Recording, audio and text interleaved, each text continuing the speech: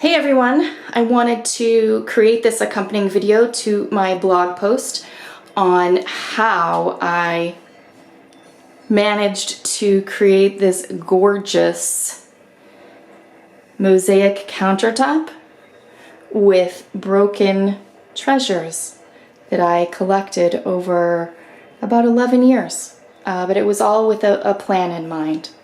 So as I start out the blog post, I have a 125-year-old house, Victorian house, in the Chicago suburbs.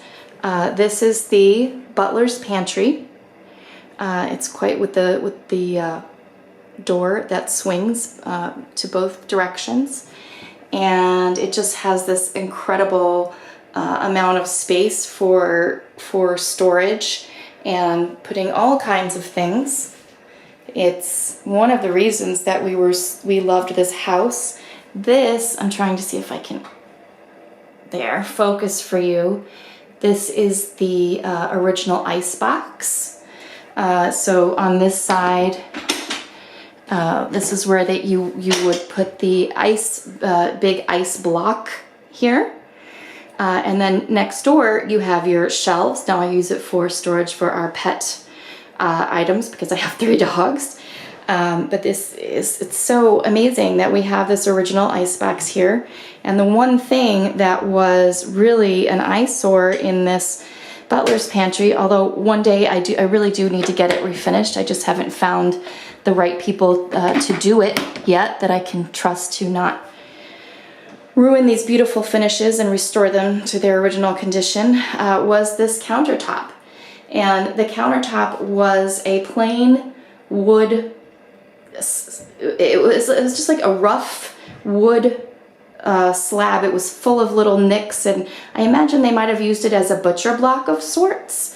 And what I did when we first moved in 11 years ago was paint it. I had some leftover porch floor paint and I painted it as a quick fix. But I had in my mind this vision for creating a garden, a mosaic garden in here, and I just think it came out amazingly well, and this was a labor of love. So I wanted to use this as an opportunity to share the tips and tricks that I have learned on how to install mosaic tiles. The first thing I talk about is having a vision, and like I said, I wanted it to look like a garden. So if you notice here, this is the vine that I talk about in the blog post. I created this, see it goes here, the vine. This pattern with these are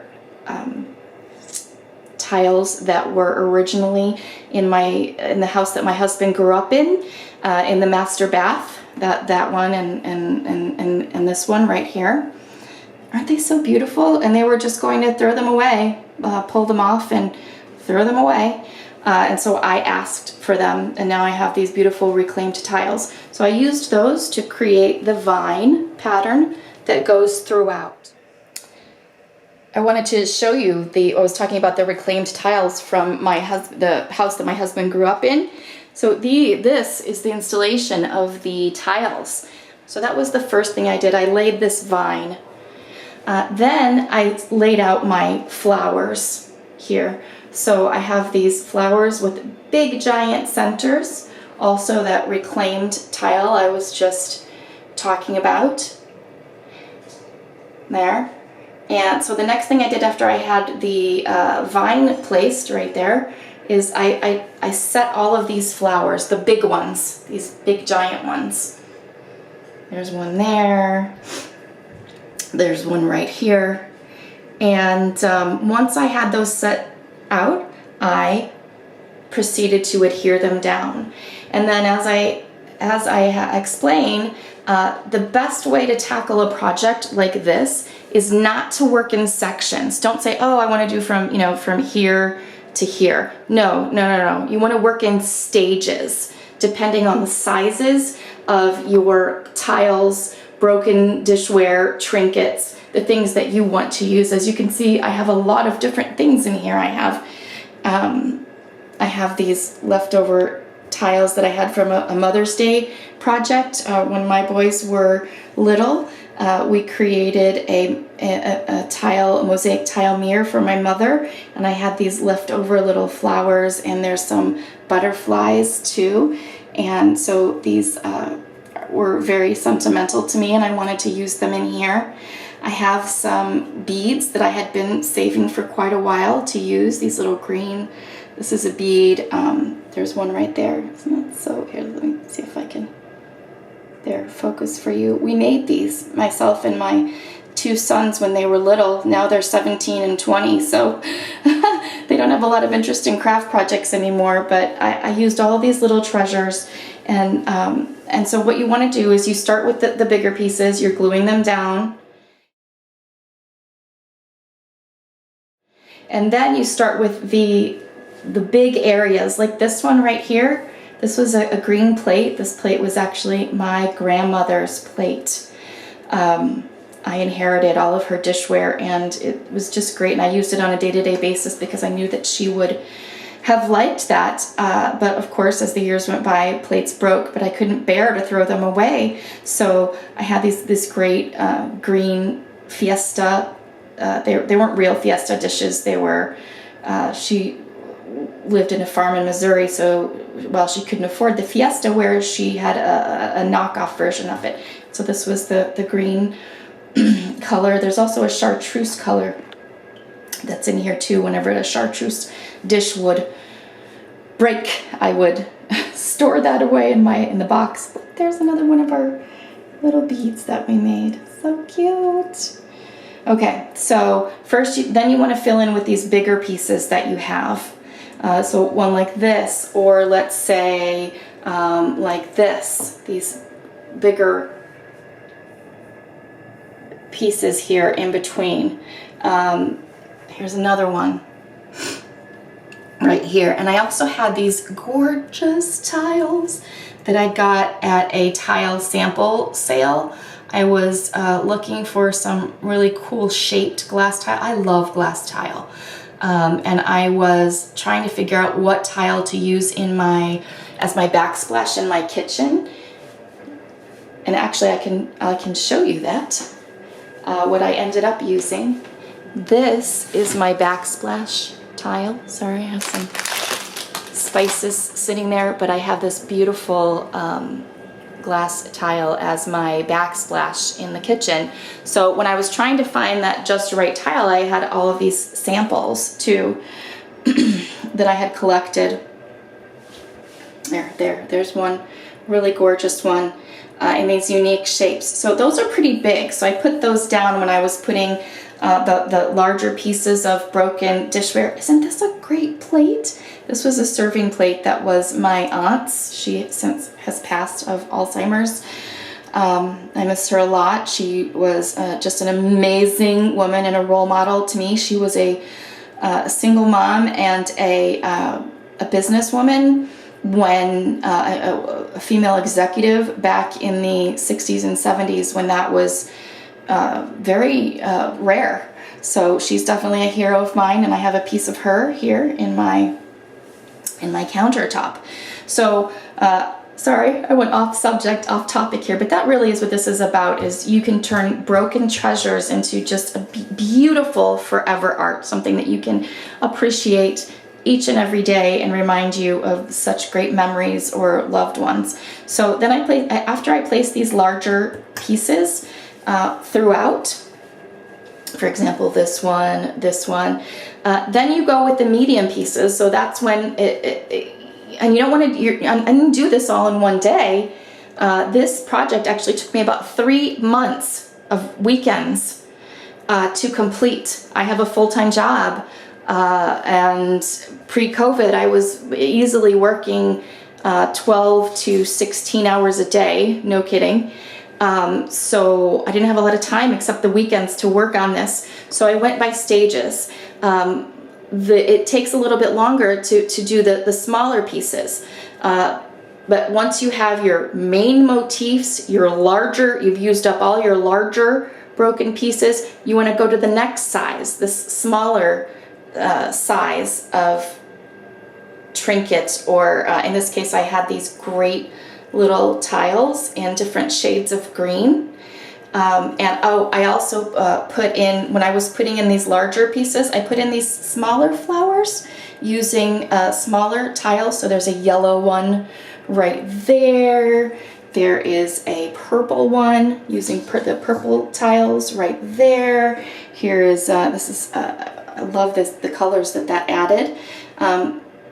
There's a little orange flower, this little pink flower. So you're fitting those into the larger spaces. Sorry, I went backwards there a little bit. But then you're using these medium-sized pieces, like this one and this one and this one and this one and this one. And that takes a little bit longer because you have more of those medium-sized spaces.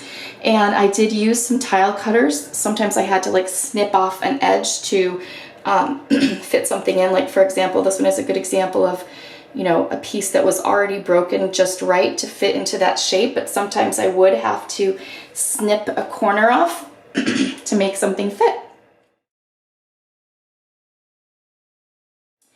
Then you get to the even smaller pieces. So that's where things like the little butterfly pieces and the, let me see, much smaller pieces like let's see, there's a little one right there. These little pieces, and you're placing these in. And of course, because you're doing this in stages, if you were to try to do this as a section, you would place, you know, this bigger piece. Let's say you put this petal in, flower petal, and then you went to put this one in, and you had this at just the right height with your adhesive, but this was a lot thicker of a piece. You would accidentally bump this, and then this could wobble out of place. And then imagine placing this little teeny piece here. You are in jeopardy of messing up all the things around you that might still be wet. So that's another reason to do this in stages. So when I placed this piece, all of these pieces around it were already dry.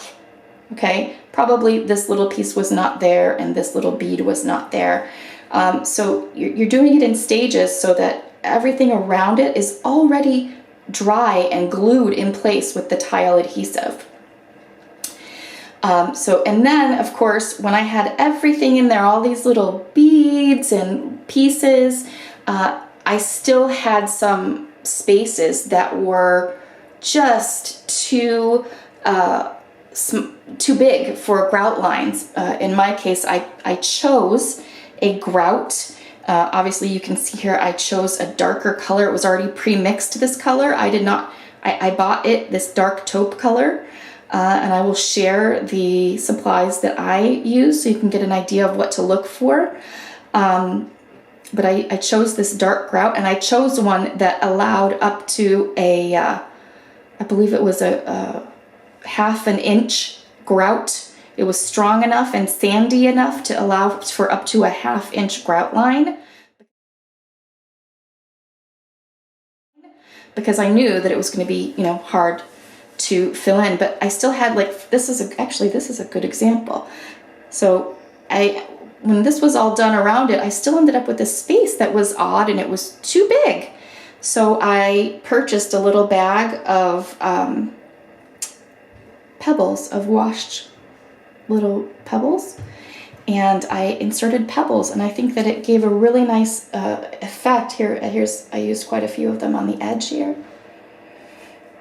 to fill in those holes, and it just gives it that natural feel to my garden of having these little pebbles embedded in there, and it's also helping my grout to hold together and not crack easily.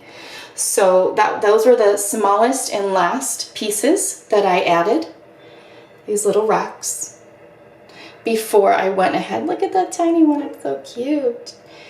Before I added the grout. Now, I did also mention in the blog post that on one side of this I already had there's drywall here, and I already had this quarter round trim installed that was already there.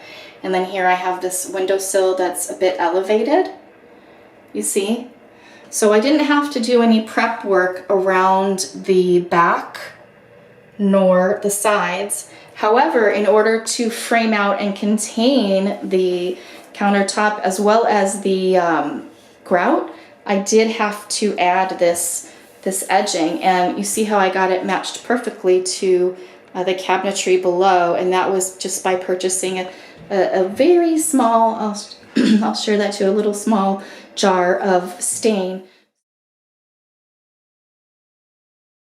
So I simply installed this piece of trim right here. It has a really interesting shape, and after I stained it, of course, and then I installed it there, and that just completed my frame. I had a complete frame to work with here. So that is one thing to consider, to make sure that your surface is fully contained and you have a frame of some sort to hold your tiles in place.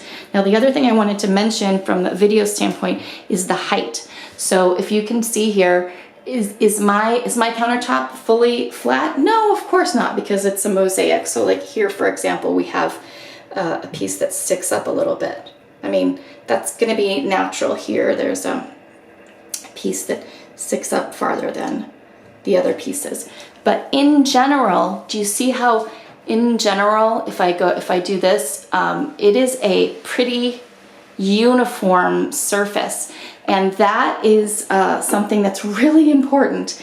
If you only take away one tip from how to install mosaic tile from this video and the accompanying blog post on MakeIt.Place, it's this. It's that each of these pieces that you're using have different thicknesses. So I want to find this plate that broke. I love this. This was a stoneware plate, just gorgeous. This was super thick. This was like literally like the full thickness of all the way down.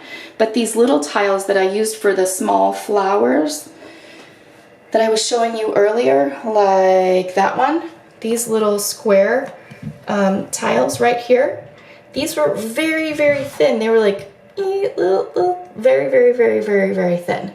So you have to artfully place your adhesive, and that is why using the method of the disposable frosting bags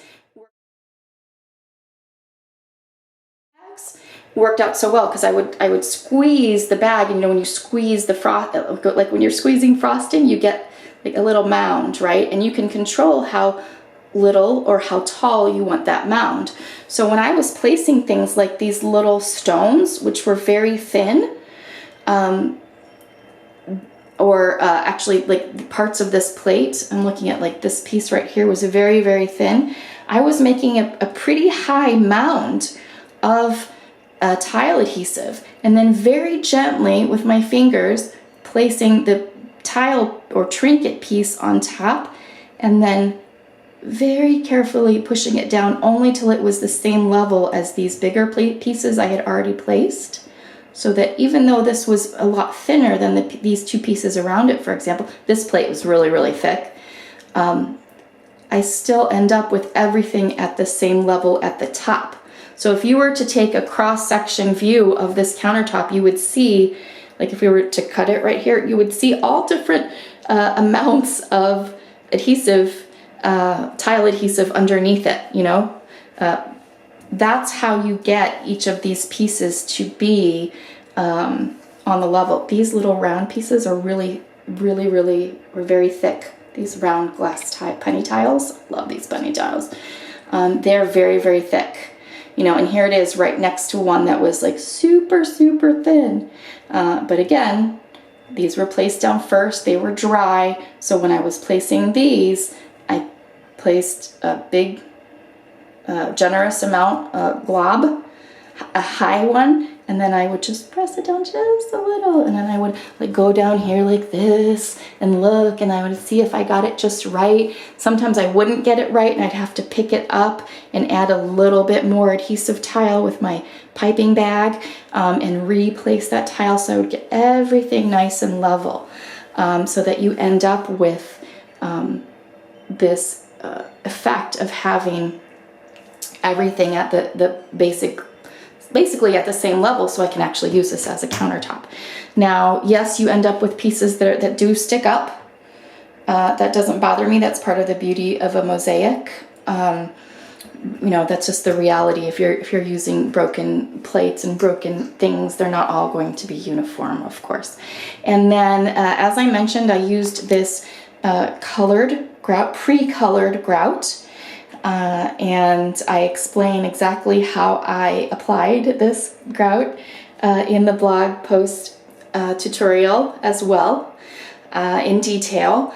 But you want to do that all in one step, and that was the most fun part when I had all the pieces glued down. I literally did that in one day. So while it took me a long time to glue all these pieces in place, it took me about an hour to just put all the grout on there and then use my rubber trowel to really work it into underneath all of those pieces. Of course, you have the dried tile adhesive already there, but like, for example, these, like especially underneath here, all of these spaces, I wanted to make sure I had plenty of grout in all of those spaces, and you just like squish it all in there and work it in there, and then you start wiping with your sponge, rinsing, making sure you squeeze all the excess water out of that sponge so that you're not adding too much water, you're not getting these grout lines too wet, because that will A, ruin your process of putting the grout down, and B, once it's all done, it'll crack easier. So you don't want to do that. So, and then you wipe, you rinse, you wipe again until you just have like a slight haze on top. Wait a couple of hours for that to set, and then you can wipe it again with the damp sponge and it will just be nice and shiny just like this. Then you want to wait your 72 hours, 3 days, for this to get nice and cured and dry. You can even wait longer if you want. And then I sealed in between here with a little sponge applicator grout sealant.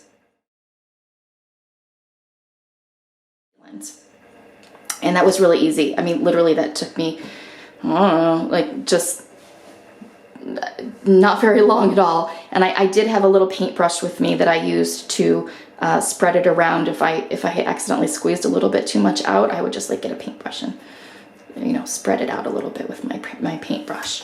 And then it was all done. And you can do this if you've ever been intimidated by the prospect of creating a mosaic like this. I have tiling experience. I've tiled my bathroom floor in the past. I have done tiling projects, but I had never done a mosaic tiling project of this magnitude. And you can do it. You just need to be patient with yourself. Make sure that you are doing it in stages. Have a vision for what it is that you want to create, and this came out more beautiful than I could have ever imagined. And I'm so glad that I committed to this project for so long, and that I have all of these great memories in place here as well. So if you have any questions about how I did this, I am more than happy to answer them. You can leave comments on the blog at MakeIt.Place, or I should say MakeIt.Place, or you can obviously leave a comment on the video, and I am more than happy to tell you about anything I might have missed, and any of the processes or tips or tricks that you might be wondering about that I failed to mention. So just let me know.